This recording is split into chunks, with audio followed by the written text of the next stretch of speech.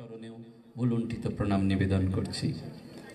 বামনগাছি শ্রী রামকৃষ্ণ বিবেকানন্দ সেবা কেন্দ্রের এই বাৎসরিক উৎসবে আমাদের মধ্যে উপস্থিত আছেন পরম পূজনীয় শ্রীমৎ স্বামী সর্ববিদানন্দজি মহারাজ, যিনি রামকৃষ্ণ মিশন কাসুন্দিয়া এই আশ্রমের সম্পাদক এবং আমাদের রামকৃষ্ণ মঠ এবং মিশনের অন্যতম একজন বরিষ্ঠ সন্ন্যাসী।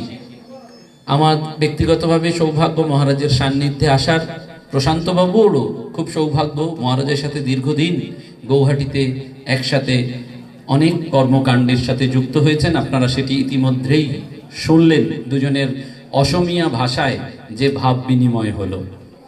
এই সেবা কেন্দ্রে যতবারই আসি ততবারই মুগ্ধ হয়ে যাই আপনাদের আন্তরিকতা, আতিথেয়তা এবং আপ্যায়নে।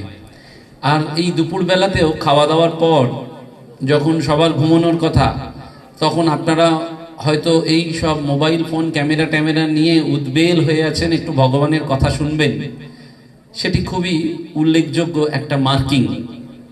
কিন্তু প্রশ্নটা এটি যে এই ভগবানের কথা শুনেও আমাদের নিজেদের ভেতরে কোনো পরিবর্তন হচ্ছে কিনা। আমার মনে পড়ছে পরম পূজ্যপাদ স্বামী ভূতেশানন্দজি মহারাজের সঙ্গে অনেক জায়গায় বক্তৃতা দিয়েছিলেন শ্রদ্ধেয় শ্রী অচিন্ত কুমার সেনগুপ্ত। তো এই অচিন্ত কুমার সেনগুপ্ত একবার বক্তৃতা দেওয়ার পর পূজ্যপাদ ভূতেশানন্দজি মহারাজের সাথে আসছেন রিক্সা করে বা কোনো গাড়ি করে। তো আস্তে আস্তে বলছেন, মহারাজ অনেক তো লিখলাম, অনেক বক্তৃতাও দিলাম, বহু লোক প্রশংসা করছে, কিন্তু আমি তো ভেতরে ভেতরে তৃপ্তি পাচ্ছি না। তো এটা শোনার মাত্রই পূজ্যপাদ ভূতেশানন্দজি মহারাজ বললেন যে অচিন্তবাবু, অন্যকে মুগ্ধ করা সহজ, কিন্তু নিজে মুগ্ধ হওয়া খুব কঠিন। আমার সৌভাগ্য পূজনীয় মহারাজের সান্নিধ্যে যেহেতু আছি, আমাদের স্বামী সর্ববিদানন্দজি মহারাজ, তিনি অনেক প্রবীণ সন্ন্যাসীদের সাধুসঙ্গ করেছেন। তো মাঝে মধ্যে বলেন অনেক সুন্দর কথা, ভালো কথা। স্বামী রঙ্গনাথানন্দজি মহারাজের কথা মহারাজ আমাদের সব সময় স্মরণ করিয়ে দেন যে পায়েসের হাতা হয়েও না।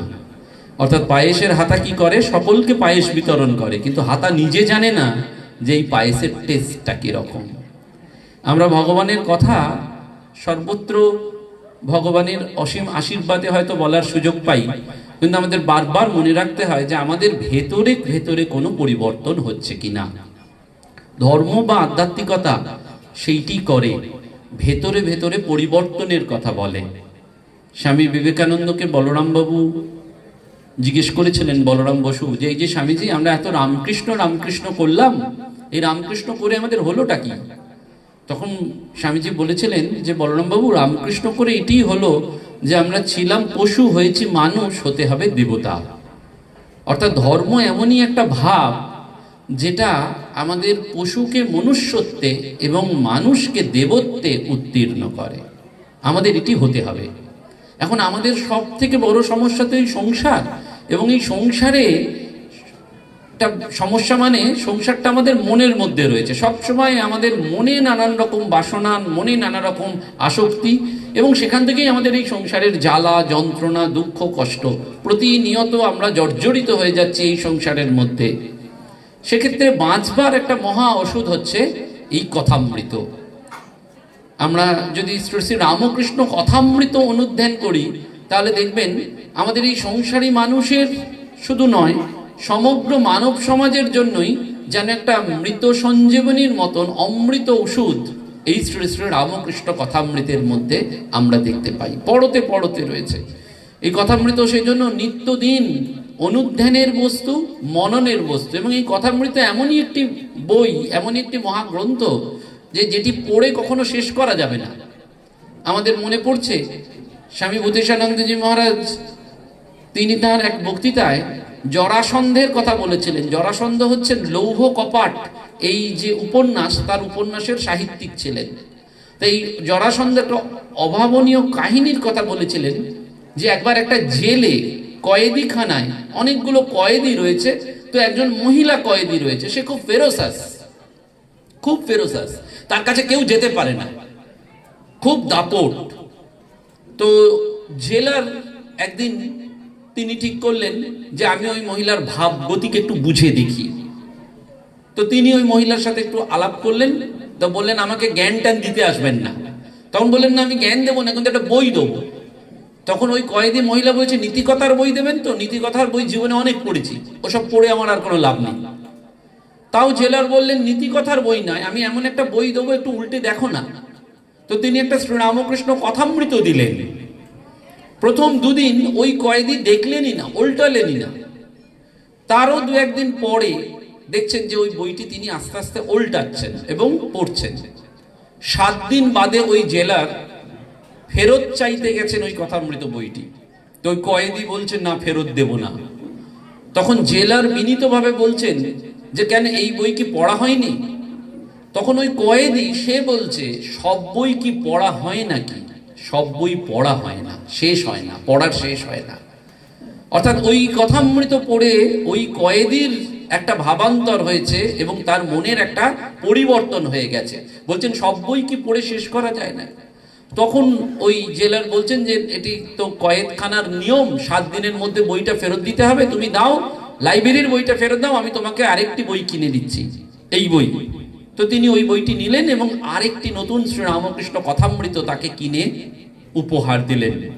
অর্থাৎ এই কথামৃত এমন একটি বই, সেই বইতে আমরা পাই আমাদের জীবনের রসদ, জীবনের বেঁচে থাকার যে পরম অমৃত ঔষধ।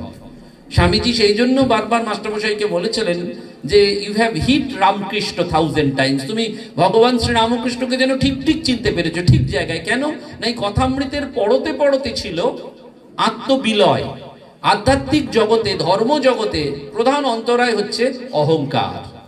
স্বামী বিবেকানন্দ যখন সিস্টার নিবেদিতাকে, ভগিনী নিবেদিতাকে এদেশে নিয়ে এলেন, তখনও ওই ভগিনী নিবেদিতার মধ্যে একটা সংস্কার ছিল, ইংরেজ সংস্কার বা পাশ্চাত্য সভ্যতার সংস্কার।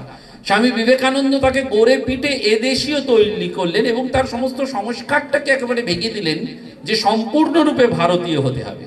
এবং সেই জন্য নিবেদিতার কাছে খুব সুন্দর করে স্বামী বিবেকানন্দ বলেছিলেন একটি কথা, যে আমার উদ্দেশ্য রামকৃষ্ণও নয়, আমার উদ্দেশ্য বেদান্তও নয়, আমার উদ্দেশ্য সাধারণ মানুষের মধ্যে মনুষ্যত্ব আনা।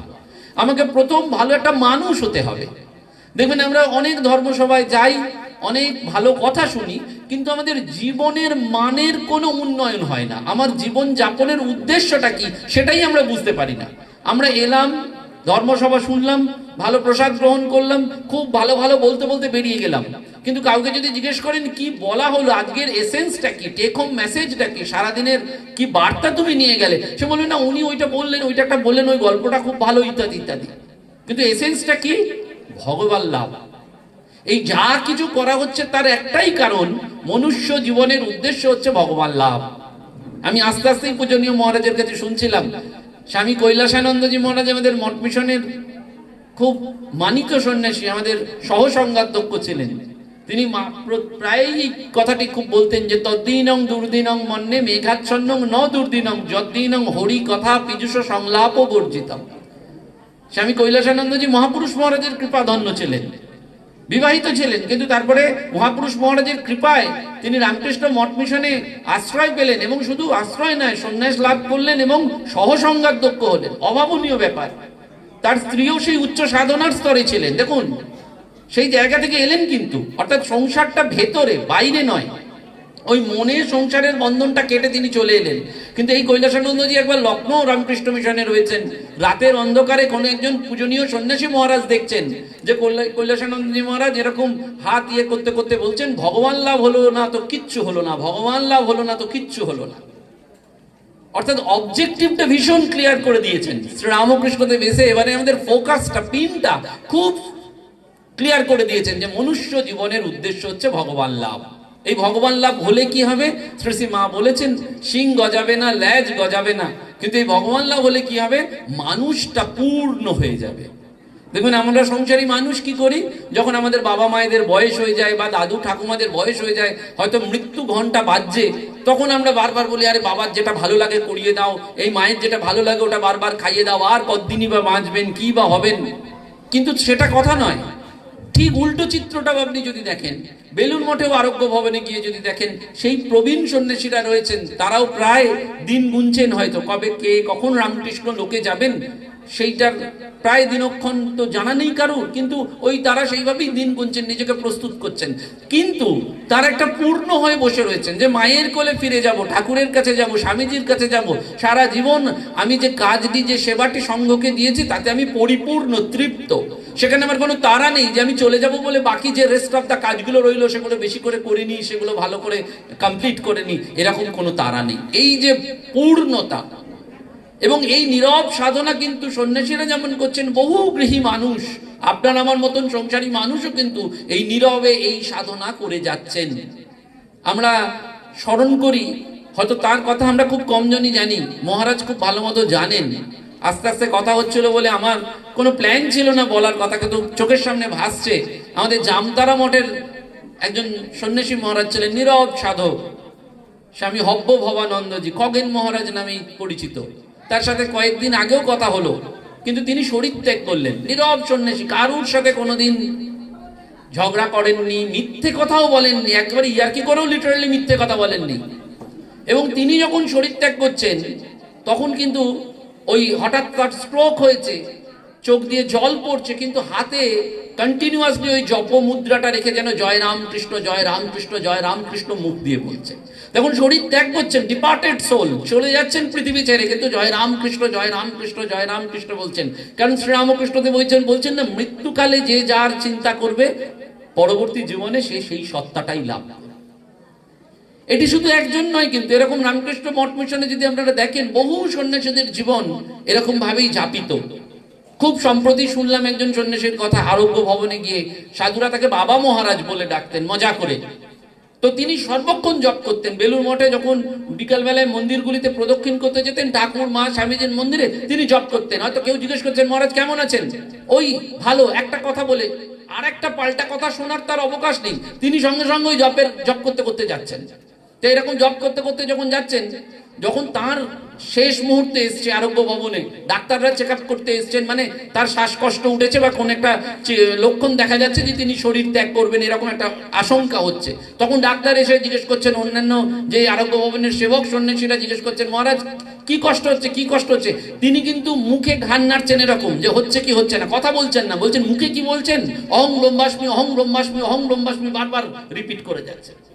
শাস্ত্রের মহাবাক্য অহং ব্রহ্মাস্মি, আমি চলে যাব, আমি বুঝতে পারছেন আমি হয়তো চলে যাব আর 1 ঘন্টা বাদে, 2 ঘন্টা বাদে, কিন্তু এই শেষ মুহূর্তে যাহার আগেও তিনি অহং ব্রহ্মাস্মি, অহং ব্রহ্মাস্মি বলছে, লিটারালি জীবনে ওটা প্রয়োগ করার চেষ্টা করছেন। এই যে লিটারালি জীবনে প্রয়োগ করার চেষ্টা করছেন, শ্রী রামকৃষ্ণদেব যা বলছেন সেটাকে একবারে জীবন দিয়ে প্রমাণ করার চেষ্টা। এটি কিন্তু শুধুমাত্র যে সন্ন্যাসীরা করছেন তা নয়, গৃহীরাও করছেন। আমরা সেই জন্যই যুগাবতারের এই বৈশিষ্ট্য দেখতে পাই যে তিনি, স্বামীজি বারবার বলছেন যে আমরা যার নামে ঘর ছেড়েছি আর আপনারা যাকে আদর্শ করে এই সংসার আশ্রমে রয়েছেন, আসুন সেই সঙ্গ তার নামেই হোক। 1897 সালের 1 মে রামকৃষ্ণ মিশন অ্যাসোসিয়েশন প্রতিষ্ঠার সময় স্বামীজি বললেন। পরবর্তীকালে বীরেশ্বরানন্দজি, হিরণময়ানন্দজি সবাই বলছেন যে এই সঙ্গ গৃহী এবং ত্যাগীদের যুগপৎ প্রচেষ্টা। সন্ন্যাসীরা তাদের ত্যাগ তপস্যা জীবন উৎসর্গ করে দিয়েছেন, আমাদেরও কাজ রয়েছে, দায়িত্ব রয়েছে। এই সন্ন্যাসী যে সঙ্গ, এই যে রামকৃষ্ণ সঙ্গ, রামকৃষ্ণ সঙ্ঘের যে ভাব প্রচার পরিষদের অন্তর্ভুক্ত যে আশ্রম, সেই আশ্রমগুলির পাশে আমাদের যথাসাধ্য দাঁড়ানোর চেষ্টা করতে হবে। এবং এইটি কিন্তু আমাদের জীবনের অভিপ্রায়, যে আমাদের এই যেমন কথামৃত পাঠ করে সাধ্যায়, এটিকে শাস্ত্রের পরিভাষায় বলে সাধ্যায়, অর্থাৎ প্রতিদিন একটু ভালো গ্রন্থ পাঠ করা।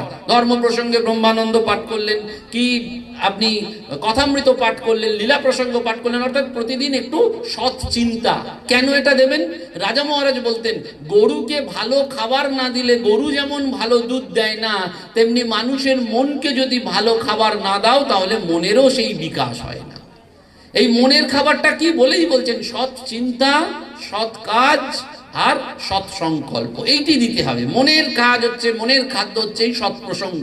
সেই জন্য এই মনকেও কিন্তু আমাদের খাবার দিতে হবে। আমরা অ্যাওয়ারই নয়, আমরা সবসময় বাইরের খাবারের কথা ভাবি, বাইরের পুষ্টির কথা ভাবি, কিন্তু মনের পুষ্টির কথা ভাবছি না। এই মনের পুষ্টিটা দিতে হবে। ওই ঠাকুর মা স্বামীজি এসে সেই জন্য ত্যাগী এবং গৃহীদের কোনো পার্থক্য করলেন না। কি করলেন? সবাইকে এক সুরে বেঁধে দিলেন। ত্যাগী এবং সন্ন্যাসী আমাদের প্রত্যেকেরই সেই গন্তব্য হচ্ছেন শ্রীরামকৃষ্ণদেব। ত্যাগীরা তাদের সমগ্র জীবন দিয়ে যেমন করছেন, আমাদের গৃহীদেরও একটা দায়িত্ব রয়েছে। আপনি যদি বলরাম বাবুর দিকে তাকান, তাহলে বলরাম বাবুর জীবনে আপনি কি দেখতে পাবেন? যখন লাটু মহারাজ বলছেন যে বলরাম বাবু খাটটা তো বড্ড ছোট, খাটটা তো একটু বড় করতে পারেন, সঙ্গে সঙ্গে বলরাম বাবু বলছেন লাটু মহারাজকে যে মাটির দেহ মাটিতেই মিশে যাবে। কি অ্যাটিটিউড দেখুন! এই যে ধর্মের পরিবর্তন, আধ্যাত্মিকতার পরিবর্তন, এটা কিন্তু শুনলে হবে না, আমাদের প্রত্যেককে এটা ভাবতে হবে, মনন করতে হবে। শাস্ত্রে সেই জন্য বলেছে শ্রবণ মনন, শুনে চলে গেলে হবে না। নইলে আমাদের অবস্থা জানেন তো, ওই গল্প আপনারা প্রত্যেকেই শুনেছেন যে এই কান দিয়ে আমরা শুনি আর ও কান দিয়ে বার করে দিই। বাড়িতে বাবা, এই বাড়িতে ছেলে, বৌমা আর মা রয়েছে, অর্থাৎ ছেলের মা, শাশুড়ি রয়েছে। তো ছেলের মা দেখছে ছেলেকে যা বলে ছেলে রোজ অফিস থেকে আনতে ভুলে যায়, কিন্তু বৌমা যা বলে হাতে করে নিয়ে চলে আসে। তো একদিন জিজ্ঞেস করছে যে আরে বাবা, আমি যা বলি তুই ভুলে যাস, আর বৌমা যা বলে সব নিয়ে আসিস, ব্যাপারটা কি? তখন ছেলে বলছে মা এটা তোমার দোষ। বলছে আমার কি দোষ? বলছে তুমি যখন বলো তখন অফিস বেরোনোর সময় বলো আমি জুতো মাদি, তুমি বলতে থাকো আমি শুনি, কিন্তু আমার দুটো কানই খোলা থাকে, এখান দিয়ে ঢোকাই ওখান দিয়ে বার করে দিই। কিন্তু তোমার বৌমা চালাক, ও রাত্রিবেলায় বলে, বুদ্ধিমতী তো রাত্রিবেলায় বলে, আমার একটা কান বালিশে চাপা থাকে, ও অন্য কানে তখন বলে দেয়, যার ফলে ওই কান দিয়ে আর বেরোতে পারে না, একদম ভেতরে ঢুকে যায়। দেখবেন আমাদের শাস্ত্র কথা আমরা শুনি, প্রচুর শুনছি, ইউটিউবের কল্যাণে প্রতিদিন কত জায়গায় ভক্ত সম্মেলন হচ্ছে। এই ডিসেম্বর, জানুয়ারি, ফেব্রুয়ারি হলে একেবারে ভক্ত সম্মেলন, যুব সম্মেলন, কিন্তু তারপরে ব্যাস বাড়িতে গিয়েই আবার সেই এক কি অবস্থা। কিরকম আমাদের অবস্থা? ভূতেশানন্দজি মহারাজ খুব সুন্দর করে বলছেন। একজন ভক্ত মা এসে বলছেন মহারাজ আমার খুব ইচ্ছা মেয়েটি আপনার কাছ থেকে দীক্ষা পায়। মহারাজ বলেন খুব ভালো তো, আচ্ছা তোমার গুরু কে মনে আছে? বলে মহারাজ সেই একদিনই তো এসেছিলাম, নামটা মনে পড়ছে না, কিন্তু ভূত ভূত কিছু একটা ছিল। তখন মহারাজ বলছেন কি ভূতেশানন্দ? বলছেন হ্যাঁ মহারাজ ঠিক বলেছেন, আমার গুরুর নাম ভূতেশানন্দ। বলছেন আচ্ছা আচ্ছা, গুরুকে দেখতে কিরাম ছিল? বলছে মহারাজ ওই দীক্ষার দিনই দেখেছি, তারপর আর গুরুর কাছে যাইনি একবারও। বহু ভক্তকে দেখতে পাবেন দীক্ষা নিয়ে নিয়েছেন, তারপরে যাননি, বলেন হ্যাঁ উনি এসেছিলেন ওই সেন্টারে, তারপরে আর যাওয়া হয়নি আমার।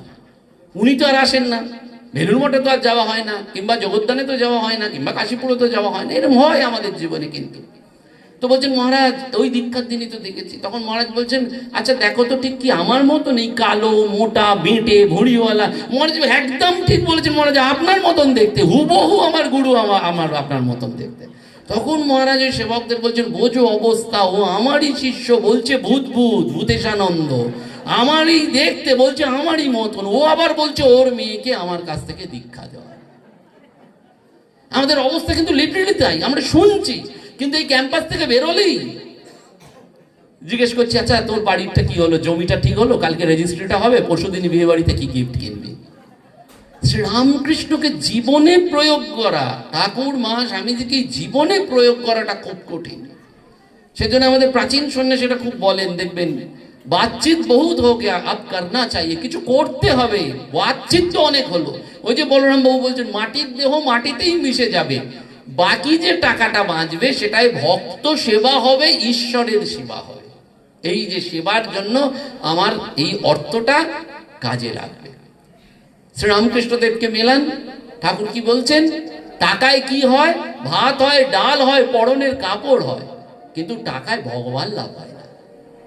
স্বামীজি বলছেন টাকায় কিছু হয় না, নামেও কিছু হয় না, বিদ্যায়ও কিছু হয় না, এই চরিত্রই বাধা বিঘ্নরূপ প্রাচীরের মধ্যে দিয়ে পথ করে নিয়ে যেতে পারে। কেন এই কথাগুলো বারবার বলছি আমরা ধর্ম সম্মেলনে? আমাদের শ্রবণটা হচ্ছে, কিন্তু ওই গরুর মতন জাবর কাটা মননটা হচ্ছে না। আমরা ভুলে যাচ্ছি ডেজ আর নাম্বারড, দিন চলে যাচ্ছে, একটার পর একটা দিন এগিয়ে যাচ্ছে। আমরা কি তার দিকে একটু এগোচ্ছি? ওই শ্রীমদ দর্শনে মাস্টারমশাই অন্তেবাসীকে খুব সুন্দর করে বলছেন। মাস্টারমশাই তো ওই মটন স্কুলে থাকতেন, এই যেমন বলরাম বাবুকে দেখছেন তেমনি এই মাস্টারমশাই রামকৃষ্ণময় ছিলেন। আমাদের শ্রীরামকৃষ্ণ ধারার গৃহস্থদের জন্য একজন রোল মডেল, যে সংসারে থেকেও মনে মনে কি করে সন্ন্যাস হওয়া যায়।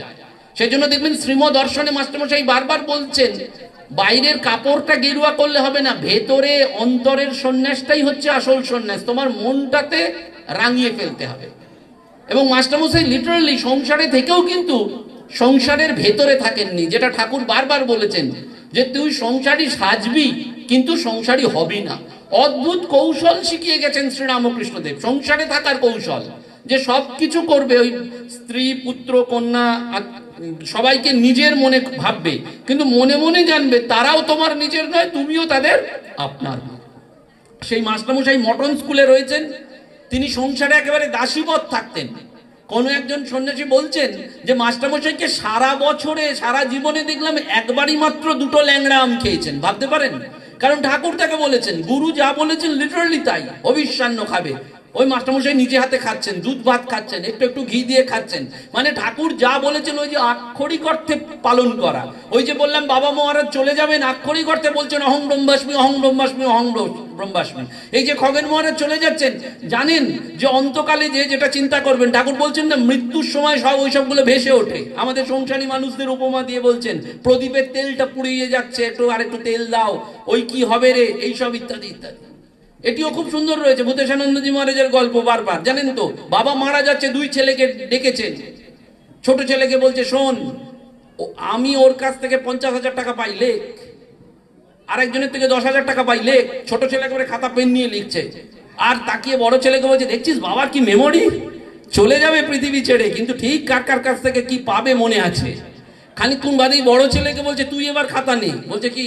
বলছে ওকে 1 লাখ টাকা দিতে হবে, ঠিক আছে, কারণ আমি ধান নিয়েছিলাম, পেমেন্ট করবি তোরা, ওর এই জমিটা লিখে দে। তখন বড় ছেলে বলছে বাবার মেমোরিটা এবার গন্ডগোল করছে। বুঝতে পেরেছি? মানে পাওয়ার সময় ঠিক আছে, দেওয়ার সময় বলছে বাবার মেমোরিটা গন্ডগোল করছে। তো আমাদের সংসারে তো এইরকমই অবস্থা। কিন্তু মাস্টারমশাই ওই সংসারে একেবারে দাসীর মতন। তো মাস্টারমশাই মটন স্কুলে রয়েছেন, চিঠি পড়া হচ্ছে, স্বামীজির লেখা চিঠি। তাতে শোনানো হচ্ছে, মাস্টারমশাই বলছেন স্বামীজি লিখেছেন কেউ অভিশাপ দেবে, কেউ পুরস্কার দেবে কথামৃত পড়ে। যাদের মনে ইন্টারেস্টে হাত পড়বে, অর্থাৎ স্বার্থে হাত পড়বে, তারাই অভিশাপ দেবে। কারণ কথামৃতে কি রয়েছে? ত্যাগের কথা রয়েছে, বৈরাগ্যের কথা রয়েছে। বলছেন কথামৃত পড়ে কে অভিশাপ দেবে? কেউ এসে বলবে এই কথামৃত আমার ছেলেকে সাধু করে নিয়ে চলে গেল। স্ত্রী বলবে আমার স্বামীকে সংসার করতে দিল না। উল্টো দিকটাও সত্যি, স্বামী বলবে আমার স্ত্রীকে ভালো করে রান্নাই করতে দিল না। এই কথামৃত পড়ে সে শুধু রামকৃষ্ণ রামকৃষ্ণ করে, মন্দিরে যায়, পাঠ করে, এইসব করে, কীর্তন করে, ধ্যান ভোজন করে, তার সংসার। বলছে যার ইন্টারেস্টে ঘা পড়বে সে অভিশাপ দেবে। কারণ ত্যাগের কথা আছে কি না। এই ভারতবর্ষ ত্যাগের দেশ, ভোগের দেশ নয়। স্বামীজি এই জন্যই ভারতবর্ষকে আধ্যাত্মিক দেশ বলেছেন, পুণ্যভূমি বলেছেন, ঈশ্বরের পরম প্রিয় স্থান বলেছেন। সিস্টার নিবেদিতাকে সেই জন্য বারবার বলেছিলেন ভারতে তোমার মতন একজন প্রকৃত সিংহিনী চাই, তোমার কেল্টিক রক্ত এবং আদর্শের প্রতি যে অনুরাগ। এই জন্য স্বামীজি নিয়ে এলেন সিস্টারকে। আপনার আমার কাছে একজন মডেল রেখে যাবেন, যিনি নারী জাগরণের কথা বলেছেন, নারীদের কথা ভেবেছেন। এবং স্বামীজিও সিস্টারকে বারবার বলেছিলেন যে মার্গট, তুমি এবিসিডি পড়ানোর একটা স্কুল খুলো না, তুমি এদের রামকৃষ্ণ বুদ্ধ শিব কালী এইসব পড়াও, কারণ এর এই আদর্শটা শিখবে। ভারতবর্ষ মানে আদর্শ, ভারতবর্ষ মানে ত্যাগ, ভারতবর্ষ মানে তপস্যা। এটি কথামৃতেরও পড়তে পড়তে রয়েছে। কিন্তু শ্রীরামকৃষ্ণ কি করেছেন? বুদ্ধি করে বলেছেন। কেন? ঠাকুর জানতেন গোবরে পোকাকে যদি বিষটা থেকে তুলে আনা যায় তাহলে কি হবে? সে হেদিয়ে মরে যাবে। গোবরে পোকা কোথায় ভালো থাকে? বিষটাতেই ভালো থাকে। আমাদের অবস্থা কোথায় ভালো? আমরা মুখে সব বলছি সংসার আর ভালো লাগে না, কিন্তু একটু বাদেই দেখবেন 6টা বাজলেই প্রশান্ত বাবুকে বলছি কখন বাড়ি যাবো, এবার ধর্মসভাটা বন্ধ করুন, বাড়ি ফিরতে হবে তো, কারণ বাড়িতে চাটা করতে হবে, রুটিটা করতে হবে। সংসারী মানুষের সংসারটাই খুব ভালো লাগে, সেটা ঠাকুর জানতেন, খুব ভালো মতো জানতেন। অদ্ভুত ম্যানেজমেন্ট গুরু ছিলেন, তো আধুনিক পরিভাষায় বলা হয়। একেবারে ট্যাকটিক্স জানতেন। সেই জন্য বললেন প্রথম এক হাতে ধর্ম করো, ঈশ্বরকে ধরো, আর এক হাতে সংসার করো। সবটা ছাড়তে বললেন না, বললেন এই সংসার করতে করতে যখন আঘাত পাবে, যন্ত্রণা পাবে, এই সংসারটা যখন দুদিনের মনে হবে, অনিত্য মনে হবে, তখন অটোমেটিক্যালি তুমি এই সংসার ছেড়ে 2 হাতেই তাকে ধরবে। তখন তুমি বুঝে যাবে ভগবানই একমাত্র তোমার নিজের লোক। সেই জন্য স্বামীজি চিঠিতে বলছেন কেউ কথামৃত পড়ে তোমাকে অভিশাপ দেবে মাস্টারমশাই, কারণ তার ইন্টারেস্টে ঘা লাগবে। আর কেউ কেউ আশীর্বাদ করবে অবশ্যই। কেন না? এতে ত্যাগের কথা আছে। এবং তারপরেই বলছেন যাদের ভোগ শেষ হয়ে গেছে কিংবা অল্প বাকি আছে তারা ঠিক এর উল্টো কথা বলবে।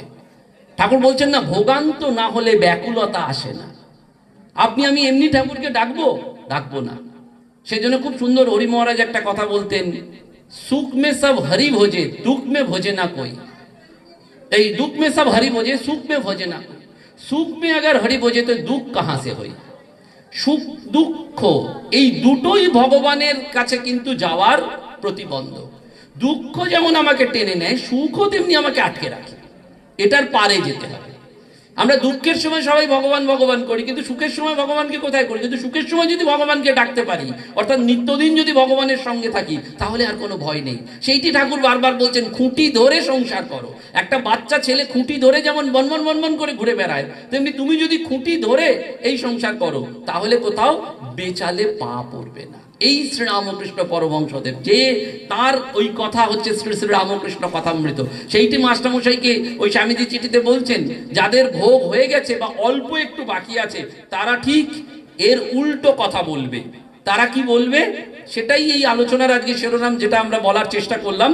তারা বলবে কথামৃত অমৃতই বটে, জীবনামৃত।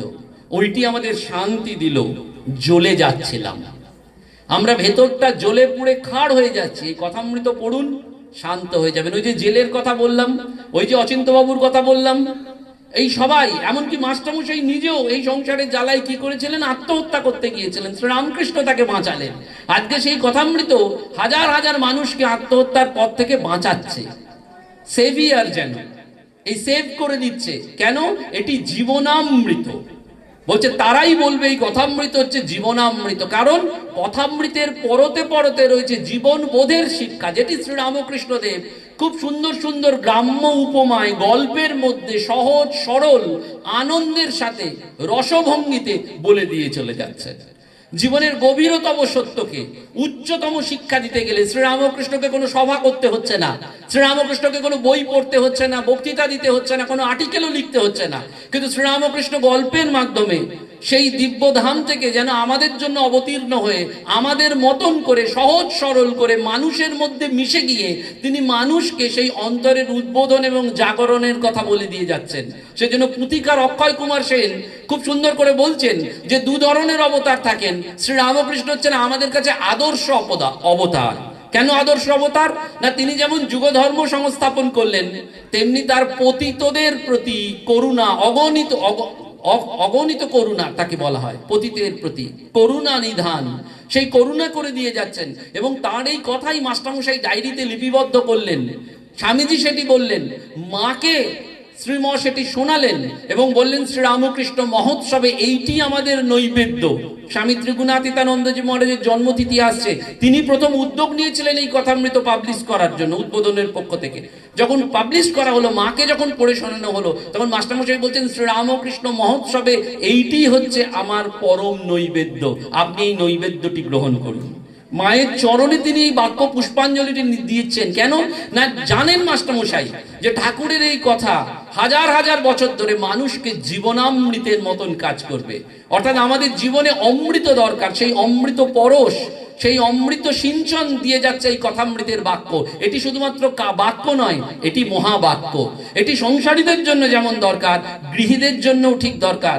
সত্যকৃষ্ণ মহারাজ গেছেন সূর্যি মহারাজের কাছে, আমাদের রামকৃষ্ণ সংঘের মানিত সন্ন্যাসী, ব্রহ্মজ্ঞ পুরুষ, রাজা মহারাজের সেবক। তিনি ওই বৃদ্ধ বয়সেও 85-86 বছর বয়সেও কথামৃত পড়ছেন, রোজ প্রতিদিন পড়ছেন। তো রাজা মহারাজের তো ওই কথা আপনারা জানেন, নিত্যদিন যে কথামৃত পড়বে, 12 বছর যদি কেউ পাঠ করতে পারে তার ব্রহ্মজ্ঞান হবে, একেবারে নিরবিচ্ছিন্ন ভাবে কেউ যদি পাঠ করে। তো ওই সত্যকৃষ্ণ মহারাজ আর সূর্য মহারাজ তো ব্রহ্মজ্ঞ পুরুষই ছিলেন। সত্যকৃষ্ণ মহারাজ মানে স্বামী আত্মস্থানন্দজি, তিনি গিয়ে দেখছেন ওই বৃদ্ধ সন্ন্যাসী সূর্য মহারাজ সকালবেলায় ওই কথামৃত পড়ছেন। গিয়ে বলছেন, মহারাজ আপনি এখনো কথামৃত পাঠ করছেন? আপনি তো তার কৃপায় সব পেয়েছেন, ব্রহ্মজ্ঞ হয়েছেন। তখন ওই সূর্যি মহারাজ বলছেন, কি বলছো হে সত্যকৃষ্ণ, এতদিন শুধু পড়েছিলাম, এখন একটু একটু আলো দেখতে পাচ্ছি, একটু একটু আলো দেখতে পাচ্ছি। দেখুন ব্রহ্মজ্ঞ পুরুষ বলছেন। অর্থাৎ কথামৃতের যেই পড়া আমরা পড়ি, এটা যেন নিছক পড়া না হয়, এর ইন বিটুইন লাইনস, প্রত্যেকটা লাইনের মধ্যে যতবার পড়বেন ততবার নতুন করে চিন্তার জগতে রিভিলেশন হবে, প্রকাশ হবে। এই রিভিলেশনটি হবে একেবারে, এই রিভিলেশনটা কখন হয় জানেন? যখন বশী সেনের মতন মানুষ আইনস্টাইনকে জিজ্ঞেস করেছিলেন যে what was the speciality of Sri Ramakrishna.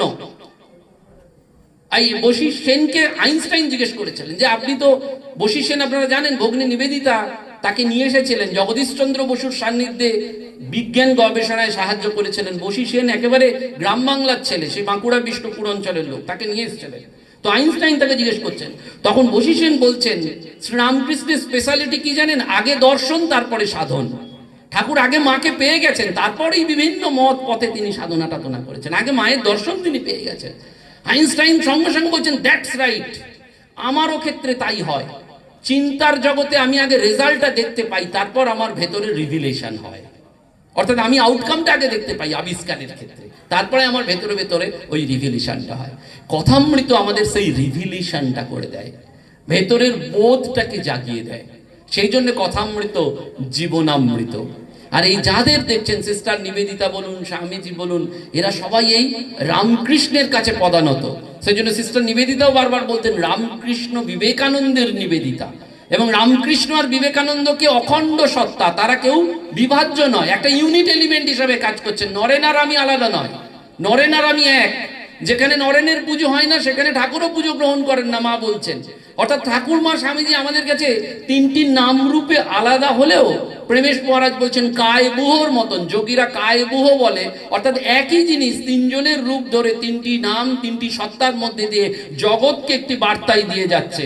সেটি এই কথামৃত হচ্ছে জীবনামৃত। সেই জন্য মাস্টারমশাই বলছেন, এবং মাস্টারমশাই বারবার বলছেন, ঠাকুরের একটা কথার জন্য আমরা তৃষ্ণার্ত চাতকের মতন তার মুখের দিকে তাকিয়ে বসে থাকতাম।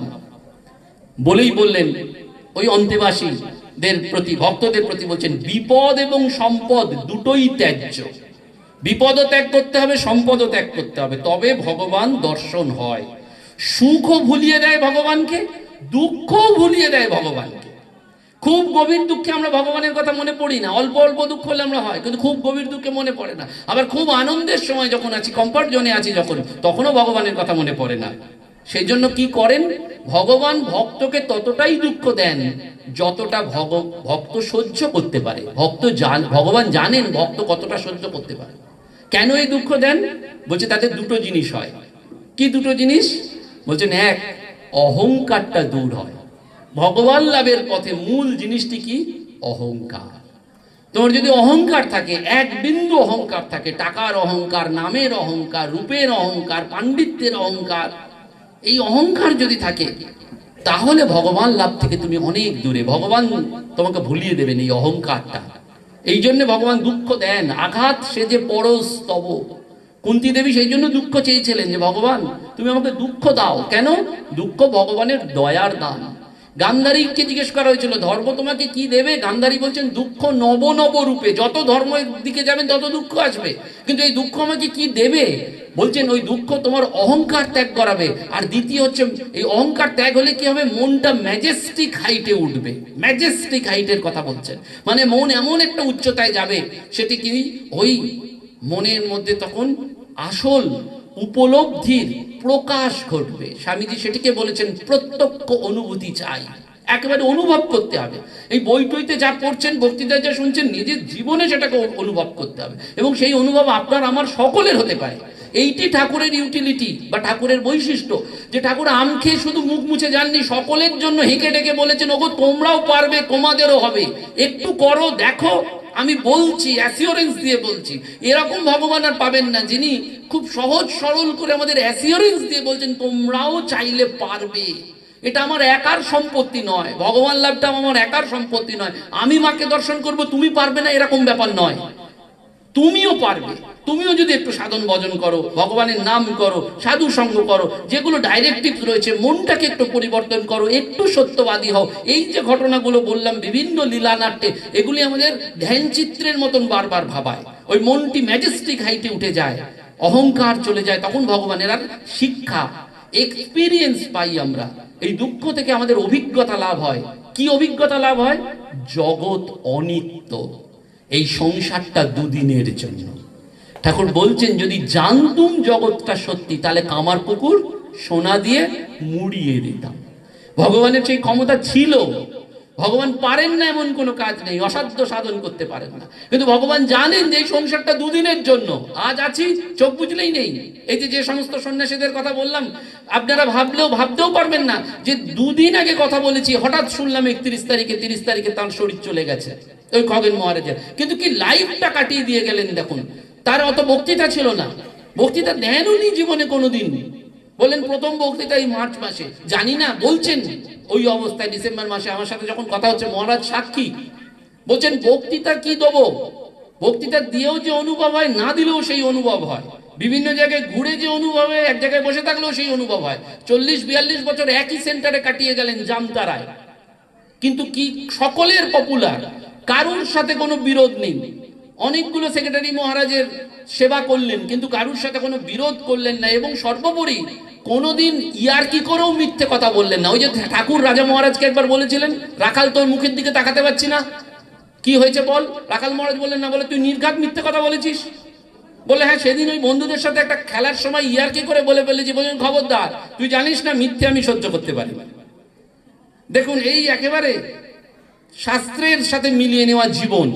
এবং সেইখানেও কিন্তু এই যে বক্তৃতা দিলেন না, কোথাও লিখলেন না, একটি সেন্টারেই কাটালেন, কিন্তু মূল সত্যটা বুঝে গেলেন যে মৃত্যুর সময় অন্তকালে যে যার শরণ নেবে, ভগবানের কৃপায় তিনি মুক্ত হবেন, বা পরজন্মে যদি হয়ে থাকে, যদি সেটা আমরা জানি না, সেটা তো ভগবানের আন্ডারে, সেই পরের জন্ম যদি হয় তাহলে সেই রকম সত্তা। তিনি ওই শেষ মুহূর্তে জয় রামকৃষ্ণ বলছেন। ওই বাবা মহারাজ বলছেন অহং ব্রহ্মাস্মি।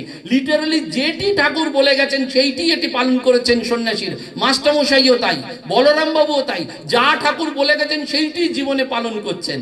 কারণ এরা বুঝেছেন ঠাকুরের কথা সে তো শুধু কথা নয়, সে অমৃত এবং সে জীবনামৃত। সেই জন্য স্বামীজি মাস্টারমশাইকে বললেন, কেউ তোমাকে অভিশাপ দেবে এই কথামৃত পড়ে, কিন্তু কেউ আশীর্বাদ করবে। যাদের ইন্টারেস্টে ঘা পড়বে তারা অভিশাপ দেবে, কিন্তু যাদের ভোগান্ত হয়ে গেছে কিংবা অল্প একটু বাকি আছে তারা তোমাকে আশীর্বাদ করবে। তারাই বলবে কথামৃত শুধু অমৃত নয়, এটি জীবনের অমৃত। আমাদের জীবন জুড়ে যেন ঠাকুর মা স্বামীজি বাস করেন, সেইটি প্রার্থনা। এবং এত শোনার পরেও আমাদের একটি প্রার্থনা যে আমাদের সকলের যেন জীবনটা প্রতিদিন একটু একটু করে পরিবর্তিত হয়। জাপানি ম্যানেজমেন্ট টেকনোলজিতে বলা হয় কাইজেন। কাইজেন কথার মানে এখন খুব চলছে, যারা ম্যানেজমেন্ট ইনস্টিটিউটে পড়ান, কাইজেন কথাটা হচ্ছে একটা জাপানি টেকনিক। প্রতিদিন একটু একটু করে বদলাও, 1% চেঞ্জ ইন এভরিডে। প্রতিদিন তুমি কালকে যতটা রাগী ছিলে আজকে একটু কমাও, কালকে যতটা খারাপ ছিলে, যতটা বেশি মিথ্যা কথা বলতে আজকে একটু কম করো, তোমার লোভটা একটু কমছে কিনা, মানুষের প্রতি একটু ফিলিংস আসছে কিনা, এটাই কিন্তু ঠাকুর মা স্বামীজি। সেই জন্য আমাদের প্রাচীন সন্ন্যাসীরা, বিশেষ করে আত্মস্থানন্দজি মহারাজ বারবার বলতেন, এমন জীবন যাপন করে দেখাও যাতে লোকে দূর থেকে বলবে রামকৃষ্ণ বিবেকানন্দ করে। তোমাকে জনে জনে বলতে হবে না আমি রামকৃষ্ণ করি, বিবেকানন্দ করি। এমন জীবন যাপন করে দেখাও, লোকেই বলবে তোমাকে এই রামকৃষ্ণ বিবেকানন্দ করি। এবং এই রামকৃষ্ণ বিবেকানন্দ করার অর্থ হৃদয়ে ঠাকুর মা স্বামীজিকে অধিষ্ঠান করা। একটি ঘটনার কথা বলে শেষ করব, পূজনীয় মহারাজের মুখ থেকে আমরা শুনবো। সেই ঘটনাটি এরকম, এক ভক্ত, তিনি আমাদের মঠ মিশনেরই আশ্রিত।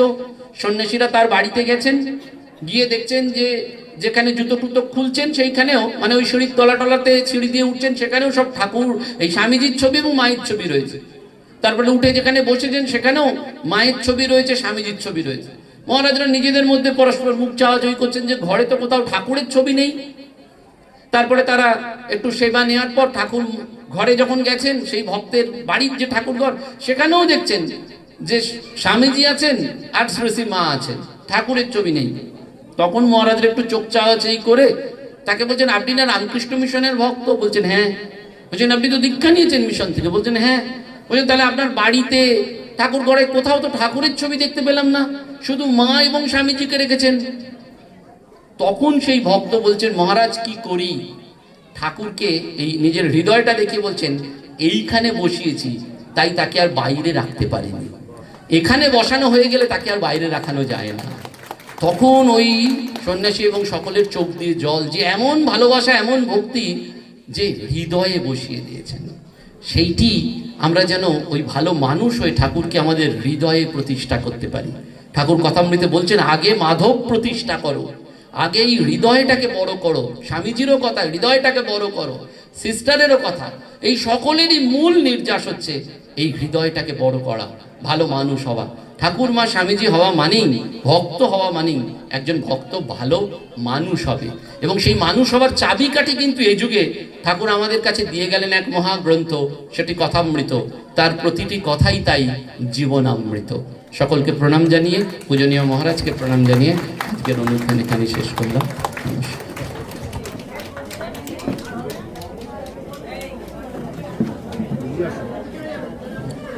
অতি চমৎকার।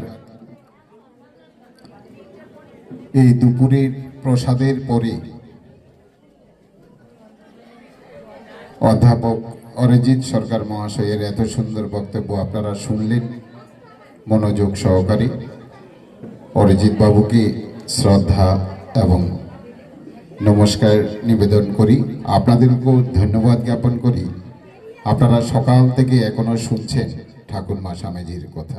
আসুন এবার আমরা পূজনীয়